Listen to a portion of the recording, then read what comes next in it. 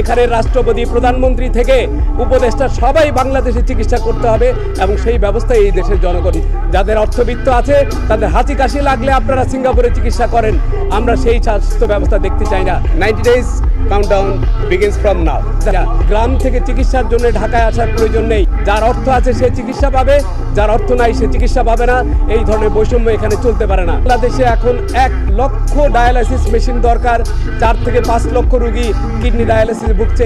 জেলার যে স্বাস্থ্য কেন্দ্রগুলি আছে সেগুলোকে স্বয়ংসম্পূর্ণ করতে হবে।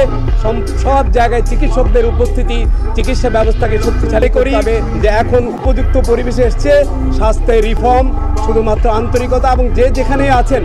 আমি একটা কথা পরিষ্কার বলি, আপনারা যার যার জায়গায় সিনসিয়ারলি কাজ করেন, পরিবর্তন আসবেই। এখানে ভয় পাওয়ার কিছু নেই, কারণ বিগত 17 বছর আপনাদেরকে এই সিস্টেমের মধ্যে দিয়ে আসতে হয়েছে। এখন আপনারা ভয়ে ভীত না হয়ে যার যার জায়গায় আপনাদের দায়িত্বগুলি পালন করেন, পরিবর্তন নিশ্চয়ই আসবে।